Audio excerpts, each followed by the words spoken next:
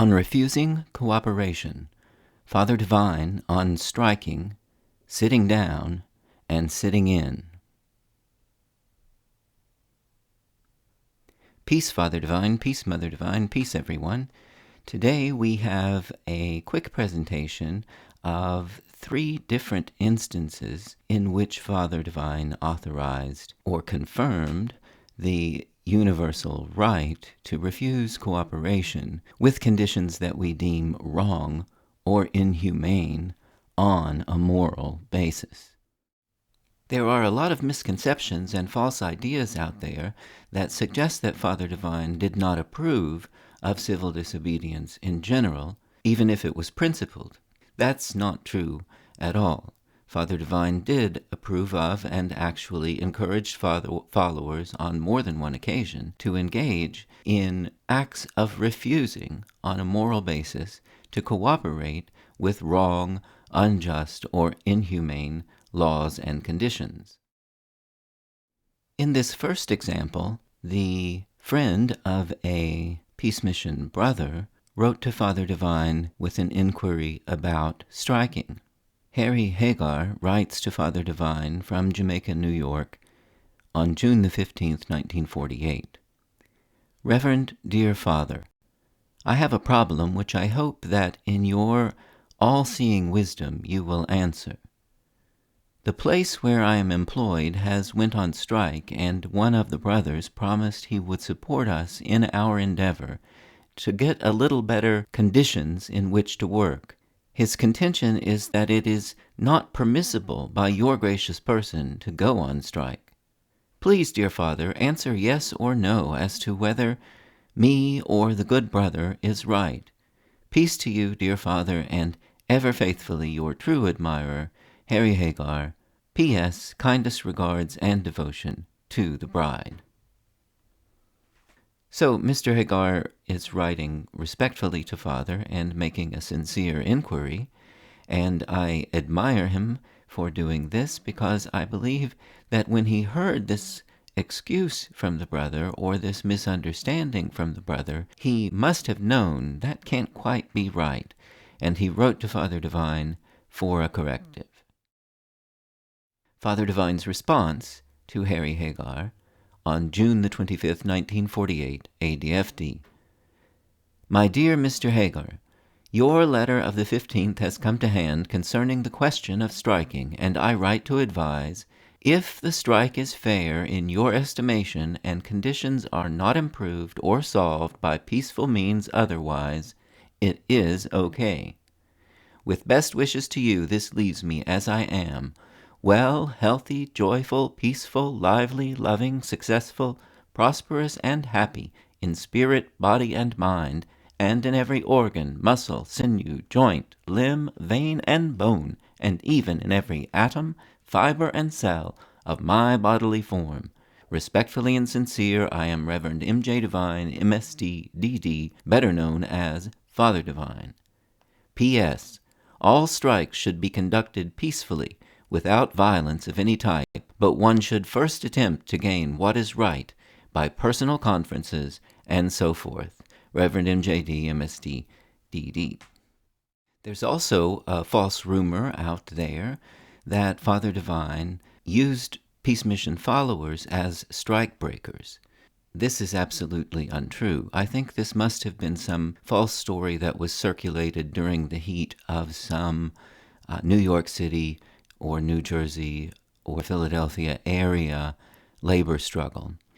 But the Peace Mission was always 3/4 women, at least, proportionally, and it never really had enough labor force to do what it itself was trying to do. There was never enough transferable labor force for the Peace Mission to have ever served as strike breakers in any significant way.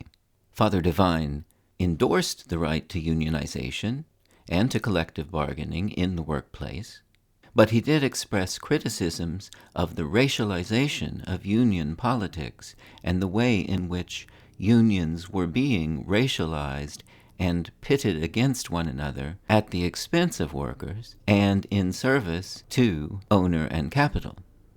Father affirms again and again that the roots of all crime are at heart injustice. Where the world is just, crime is radically diminished. Where the world is unjust, crime is radically increased. The plague of crime is a consequence of the sin of injustice. Here we see an arrest warrant for Miss Anna Beautiful, who refused to be unseated on a public bus for racial reasons in December 1940. One Anna Beautiful, on the 29th day of December, A.D. 1940, at and in the city of Miami, Dade County, Florida, being a C person, did unlawfully occupy the part of a bus set apart for W passengers. Miss Beautiful sent this copy of the warrant to Father, who had inspired her and given her the strength to stand up in this way. Father, you will see a warrant inside where I was arrested for sitting in the wrong seat on the bus. I was sitting in the third seat back. The bus driver ordered me off the bus, but I did not get off, so they arrested me. I stayed in jail 3 days. They wanted me to pay $10 fine, but they know it was not right, so they cut it down to $4. I thank you, Father. Miss Anna Beautiful was a single mother. $10 in 1940 was more than $200 today. Father inspired people to do this from as early as the 1930s, and probably before.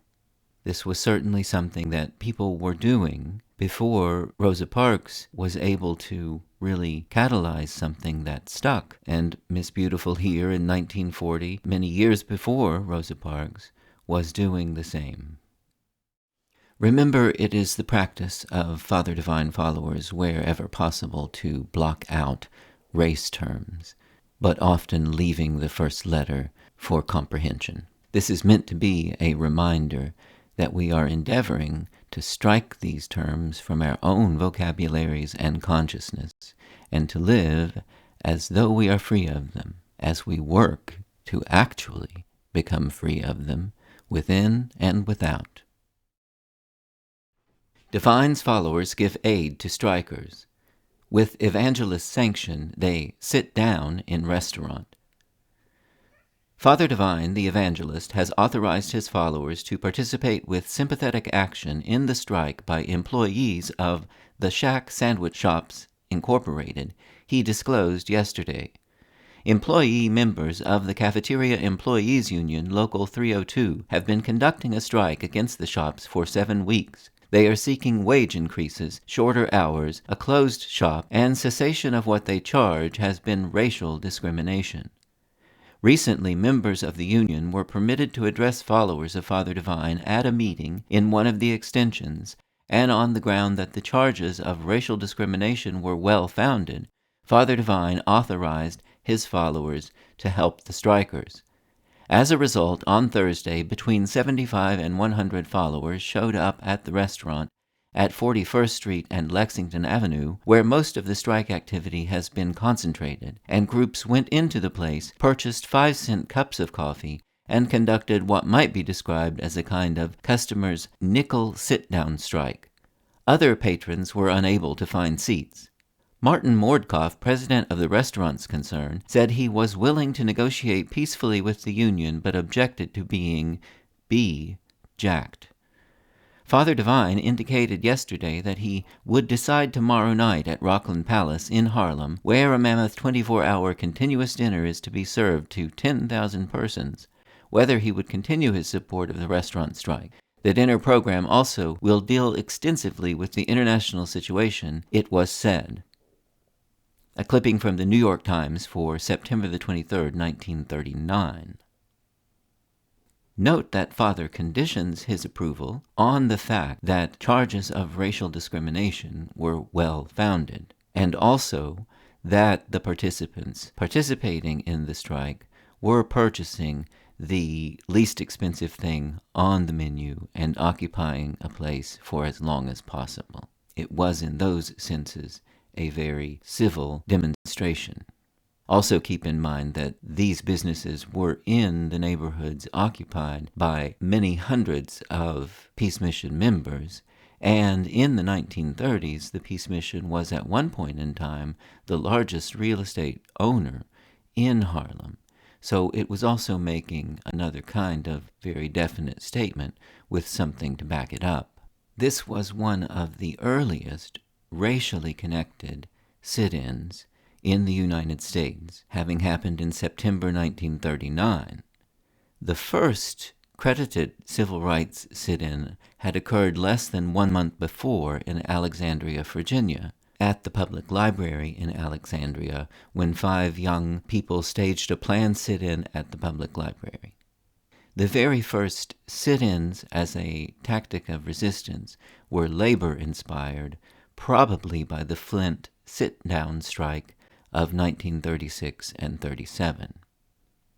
I believe that Father Divine, being God, manifest in creation in some mysterious sense, only has to think of a thing or put his hand to a thing in order to cause a rippling effect. Human beings who are harmonious to the thought take it up and put it into practice. I believe that some of these things, like refusing to give up the seat and sit-ins, are things that were catalyzed in the shared collective mind by the presence of God among us through these kinds of gestures. Our bodies and our labor are sacred.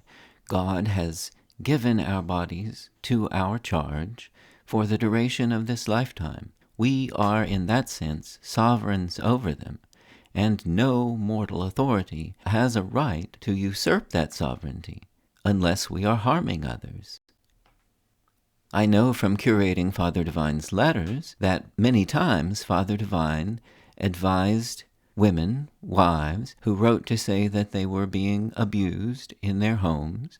Father would advise them to leave their husbands. He would affirm that they did not have to stay in a home where they were not respected. He was not urging them to come live in the Peace Mission, far from it, but he would urge them to get away from harmful or abusive situations when and where, and promised that if they were sincere and brave, God would make a way.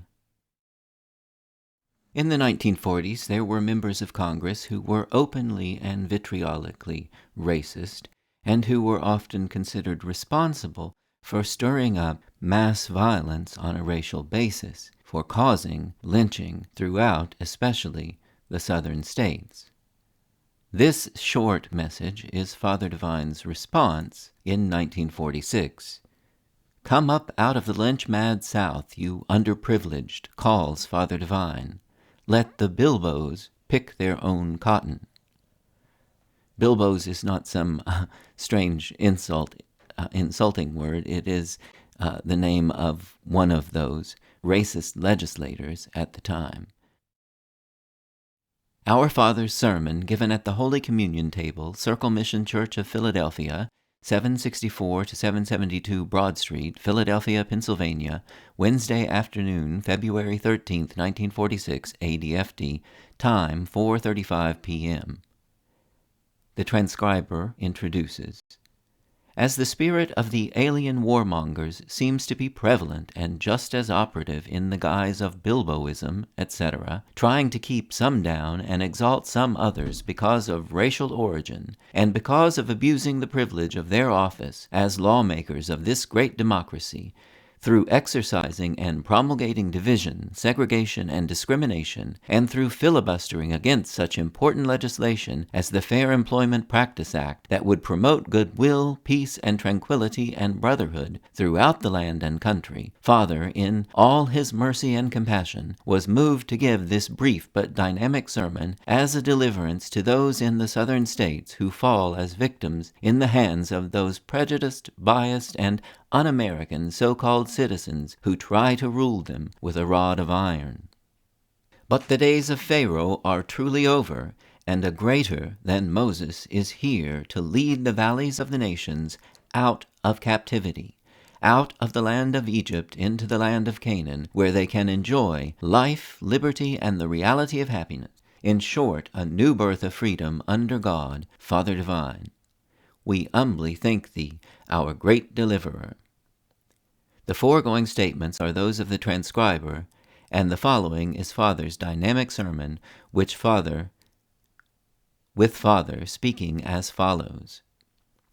Peace, everyone. You have good health, good will, and a good appetite, and you have access for expression by living the life and by bringing your bodies into subjection and realizing you are in a democracy. I am now appealing to all people, underprivileged and non-privileged, in the southern states and wheresoever they segregate on the account of race or color. Leave those states and communities and go where democracy is enacted. Since Mr. Bilbos says he will continue to fight against and filibuster against the Fair Employment Practice Act, which is democracy in reality, I appeal to those who would fall as the underprivileged and non-privileged in such communities as their states and every other community where you are underprivileged and segregated against because of race or color, as you may be termed. Leave those communities and those states and let them pick their own cotton and do their own work. I thank you. As Father concluded speaking, he left the Holy Communion Hall and returned to his office, and as the flood tide of his dynamic words was overflowing, he continued speaking as follows. It was a wonderful thought as conveyed through the press that this move has been embraced by many other churches and civic and social organizations. Father refers to a clipping promoting racial unity and fellowship between churches, regardless to race, creed, or color, etc., and continues speaking as follows. That which I had portrayed and said you will find in my past writing, vice versating George Washington's assertions, carry the so-and-so to the South. I said, bring them away from the South and all other underprivileged and non-privileged subjects under this democracy. I had sent out this message quite some time ago, but not so definite as it is now going forth. But I did say, and they caught the message, many other civic and social service organizations and groups and churches, and it is now on footing to oust the filibustering senators against democracy, those filibustering senators that are against democracy, to oust them by leaving them in their state and their own kind they claim to do their own work. This message did not just appear to you. It was given some time ago, where the great statesman, as he was termed to be, said, carry the so-and-so to the South. But I came to bring them away from the South and all others that are underprivileged, downtrodden, and mistreated and segregated. Now other churches and organizations have already embraced my message. Therefore you can see it is truly contagious, and by it all civilization shall be affected, and others, as of the uncivilized world, shall in it be developed, for it shall envelop the universe at large, not only those who are called our civilized world, but those who are considered as heathens in the heathen lands. All shall recognize the actual presence of God, and shall enjoy the privileges and the opportunity I have for you all. It is going forth as never before, contagionizing the atmosphere and universalizing my mind and my spirit, and causing the recognition and the realization of it until all will welcome God and His presence in every activity, in all they say and all they do. I thank you. In letters concerning advice to people to move, like the battered wives I mentioned, or this advice to people oppressed in the southern states, Father would often cite two biblical passages. First, Matthew 12:46 through 50. While Jesus was still speaking to the crowds, his mother and brothers stood outside, wanting to speak to him. Someone told him, "Look, your mother and brothers are standing outside, wanting to speak to you." But Jesus replied, "Who is my mother, and who are my brothers?" Pointing to his disciples, he said, "Here are my mother and my brothers, for whoever does the will of my Father in heaven is my brother and sister and mother." And we can add, church, community, extended family. We need to be around those who serve the good and nurture the good. And if we can't make a constructive difference or bring them to change, then we do not need to be around those who give thought and mouth and action to actions we do not morally condone. The second passage is Matthew 10 and 11 through 14. Into whatsoever city or town ye shall enter, inquire who in it is worthy, and there abide till ye go thence. And when ye come into an house, salute it. If the home is worthy, let your peace rest on it. But if it is not, let your peace return to you. And if any one will not welcome you or heed your words, shake the dust off your feet when you leave that home or town.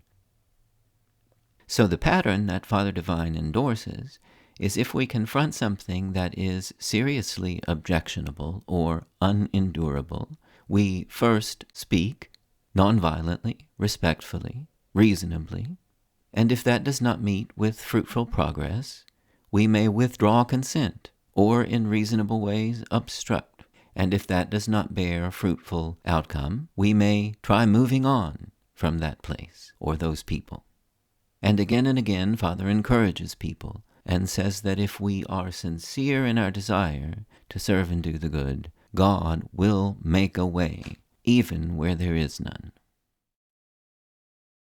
This powerful photograph was taken when, during a Rosebud play about the marriage of capital and labor, expressing a desire for goodness to prevail in the relationship between capital and labor, the players presented Father Divine with a contract between capital and labor to sign. That's what's going on here. In divine terms, any such contract would have to include recognition of the indwelling God in each and every one of us, justice, equity, and democracy. When we have those, in Father's terms, we have true Christianity, true Judaism, true Islam, true Buddhism. When we have those virtues, we have the core of all religious, ethical, moral teaching, and we know what to strive for. There's a wonderful intensity and compassion on Father's face as he takes this symbolic act of signing the contract between capital and labor quite seriously. It is wonderful.